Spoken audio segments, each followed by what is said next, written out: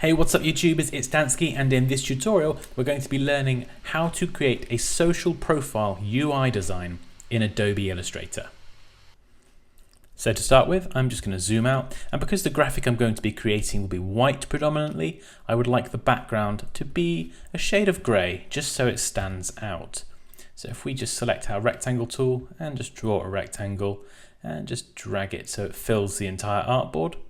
If you go up to View and down to Smart Guides, make sure you've got these turned on because it will make snapping these, as you can see here with the pink guides, it will make it considerably easier. So we've drawn our rectangle for the background. We're just going to go over to our swatches palette and let's pick a color of grey. So I'm going to pick this one here. I'm just going to double click that, select global. So selecting this as a global swatch means that if we update this swatch later in the tutorial, then any instance of that swatch in our document will be updated also. So if we just go ahead now and we'll keep this background on a separate layer, I think. We'll just name this background. You can rename the layer by double clicking on the text. And then we're going to create a separate layer above this and we'll just call this design. And if you click in this space here next to the eye symbol, we can lock the layer. So you can just click there to lock or unlock the layer. So our background is locked, so we won't select it accidentally when working on our composition. We've now got the design layer selected, so we can get started. Now I've imported my image already. This is going to be the profile photo you can see over here. I just realized I've actually left that on the locked background layer. So if I unlock that, I can select this image, go to Edit, Cut, lock the background, go up to the design layer, make sure that is selected, and then just go Edit, Paste in place. So you can see now the red bounding box, that represents the red color of my layer here. And you can change the color of the layer just by double clicking on the little thumbnail part here. And you can select a different color and then it will update the color of the bounding box. This is quite handy when you have multiple layers. You can color them up so you know what is selected if you're working on quite a complex design. So this is the image I'm going to be using for the profile graphic. So I'm going to start by selecting the rectangle tool. Let's just zoom in a bit. And I'm going to create a four-sided shape by left clicking and dragging. And I'm going to make the color of this white. So I'm going to double click the white swatch, select global and click OK. We're now going to left click and hold down to select the ellipse tool and just left click and then holding shift drag to create that perfect circle. And we can just give this any color for now. When putting together the layout for a UI, it's always really good to just use different shades of gray just to wireframe the layout together. And then once you have a layout that you're happy to work with, you can then start introducing color and more polish to the design.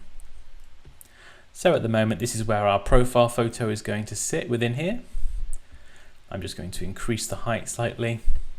And then with my type tool, I'm just going to left click and I'm going to type likes. Let's just select that and make this a bit bigger. And then I'm going to hit return. And above this, I'm just going to put any number. So let's do 25. And I'm going to press Command A on the Mac or Control A on the PC to select all the text and make sure that the paragraph is aligned to the center. I'm going to choose a different font, so we're going to go with good old Helvetica. And I'm going to bring this up a little bit more. Now I want the digit, the numbers, to be considerably larger, so let's just increase the size of that. And the spacing between the lines I'm fairly happy with. So if we position that down there. Now I can change the size again by selecting the text with the type tool, or I could just left click on this text layer and then hold shift to left click from one of the corners and just drag up to increase the size. Now what I can do is holding shift and alt, I can drag to create a copy and just drag to create another copy like so.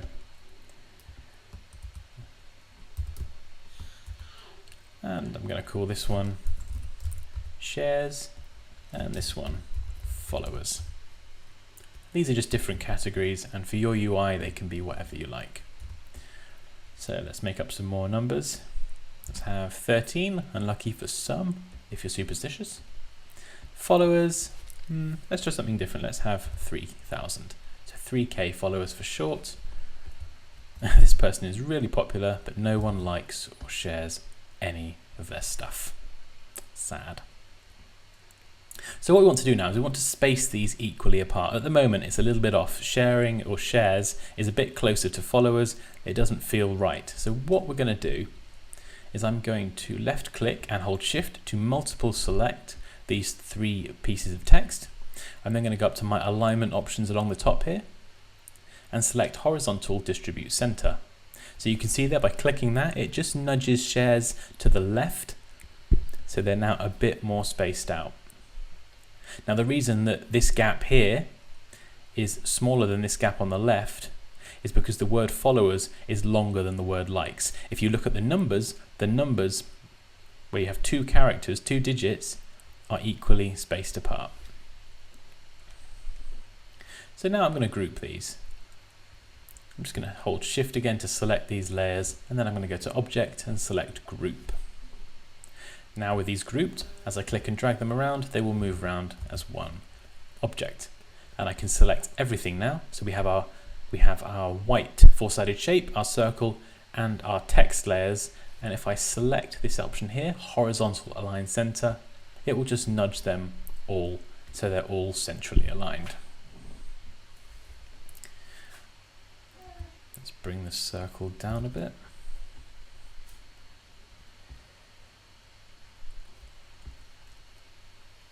Okay, so now we're going to add our image. So let's go and get our image from earlier. We're going to bring this down in size by left clicking one of the corners and holding shift to make sure that the graphic stays proportional.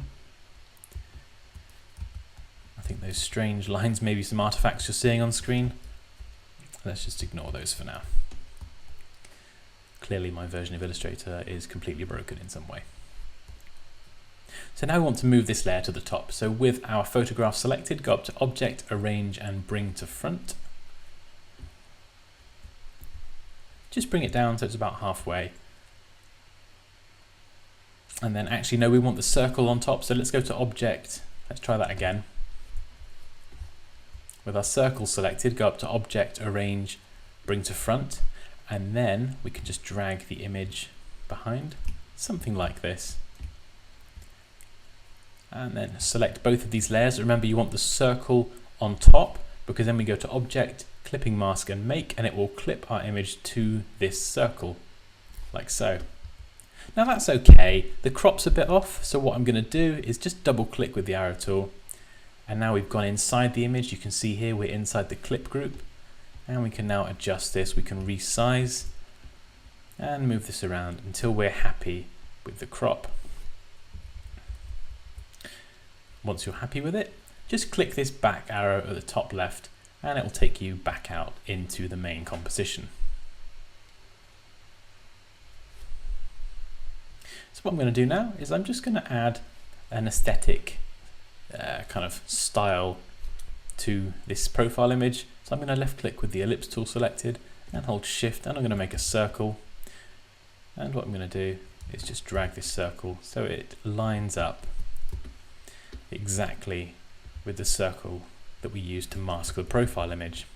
Now I'm going to swap the fill and the stroke here and just make sure I've got the stroke selected. Go to the stroke palette and I'm going to select, let's go for 20 points in width. And I'm going to align the stroke to the outside, that's this option here. And then I'm going to click one of the four corners and using Alt and Shift, I'm going to scale it upwards from the center. So we have something like this. I'm just going to decrease the width of that stroke. It's probably a little bit too thick. And then maybe just bring it down a pinch.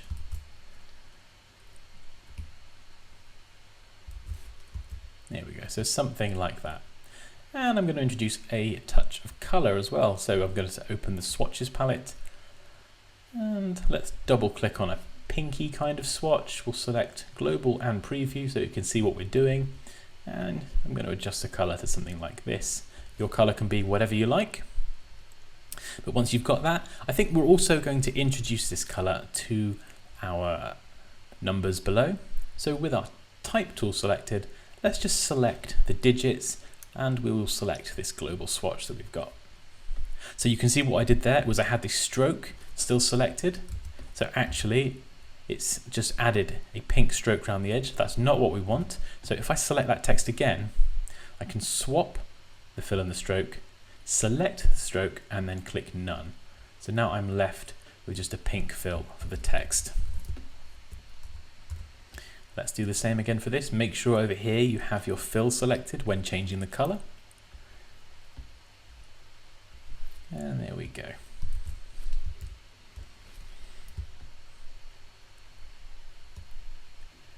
We can try a few different text weights.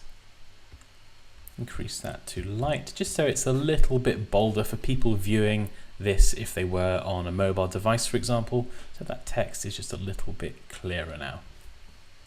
Now I'm going to select the ellipse tool, but left click and hold down to select the polygon tool in particular. Left click anywhere on the artboard and we're going to create a three-sided shape. The radius can be anything. Click OK and we should get a triangle. So now if we select the rotate tool and we're going to rotate this by 180 degrees. Using the direct selection tool up here, just select by dragging over this bottom anchor point and using the arrow keys, we're just going to nudge this up just to create a slightly shallower arrow. Then we can again zoom in and holding Alt and Shift, just drag from one of the corners and it will scale that triangle down towards the center. And I'm just going to reposition a few elements of my design. So I'm going to group certain related elements together, like we grouped the likes, shares and followers together. I'm going to group the image and the pink circle around it together because they are one element together. I'm not going to be moving them anytime soon apart from one another. So it just makes sense to group them. It makes it a lot easier when kind of finalizing the design and editing your composition to just group together related objects. So now I've got this. I've got the text objects, I've got the triangle, and I've got the four-sided shape. I want to centralize everything, so I can just drag over everything and select horizontal align center again. And you'll see Illustrator is going a little bit weird again, but that's fine. We can just drag those down. Remember, I'm holding Shift when I'm dragging up or down, left and right to keep everything perfectly straight. And we can now drag this triangle up, and with our smart guide selected, you'll see here, boom, it snaps in place with the pink guides. And I'm going to make this white as well.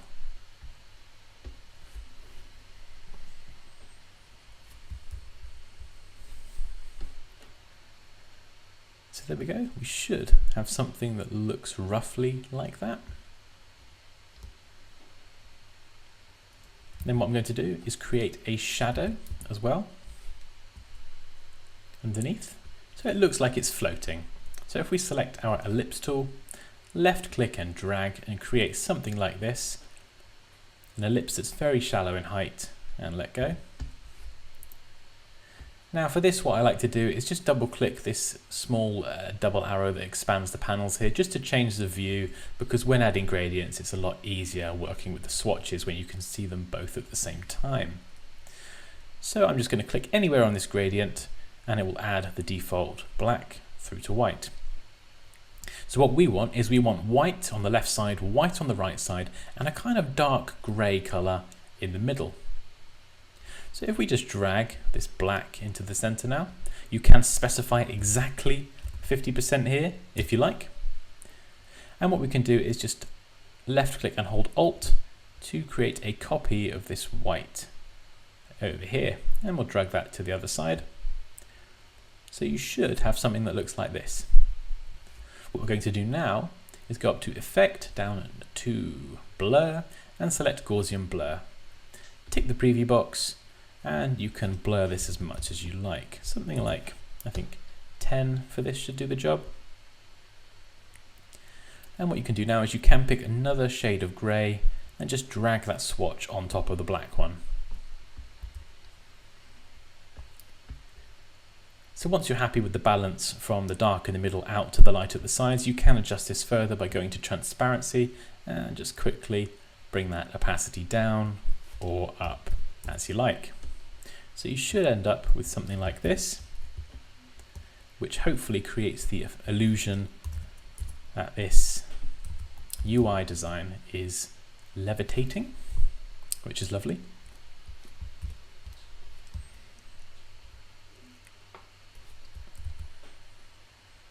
And I think one thing we're going to include as well is a name. We haven't actually given this person a name. One of the fundamental things of a social profile.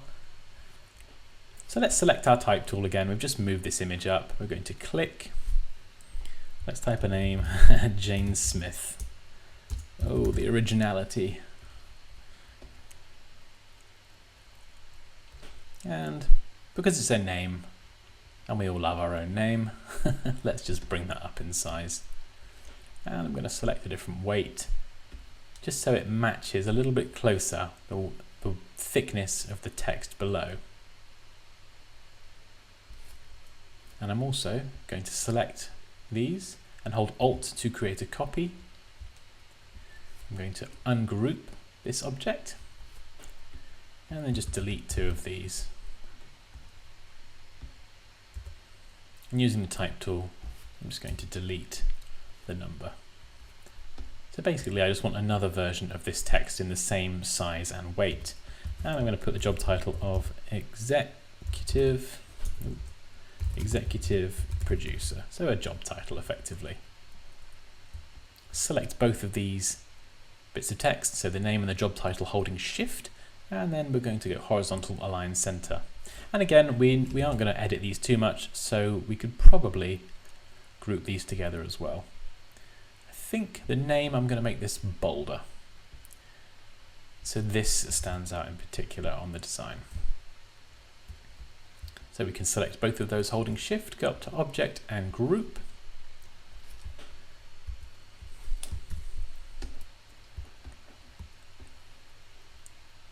And we can also group the triangle by holding Shift and selecting that and the box. We can group that together as well, because we're not going to be moving that anytime soon. Now I've just grouped this together. What it's actually done is grouped it on top of other objects. So we can select that, go up to Object, Arrange, and send backwards. Now it's worth learning this shortcut key here, because then we can repeatedly press it again without having to go back up to the menu and click. So you can quickly just use the shortcut key to bring items back or send them to the front.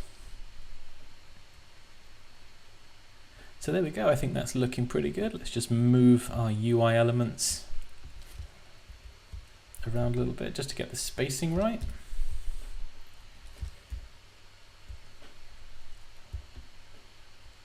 And something else you can do is we can just add, just to define this edge a little bit more. The background is a very light grey, and on some screens the light grey and the white may be a lot harder to see that distinction between the two colours. So we can select our shape, go up to Effect, down to Stylize, and select Drop Shadow. Now I want this to be really, really subtle because we've already created a shadow over here, so we don't want to create some sense of impossible light or anything. So if we just set our blur really high, set the opacity down to something like 5%, and let's experiment a little bit. It's always good to have preview ticked, because then as you make these changes to the numbers, you will see this update on your design. So possibly something like that. It's a very, very subtle blur, but it just helps create more of a distinction between the background and the white of our UI interface. Our UI, effectively. And you can select this and go over to the appearance palette, and you've got drop shadow here. You can click that and make some more changes. or you can just delete it altogether. And then we can group everything all together at the end. And then just go up to here, look for this symbol, left click, select Align to Artboard, and then align it horizontally and vertically, and it will put it right in the center.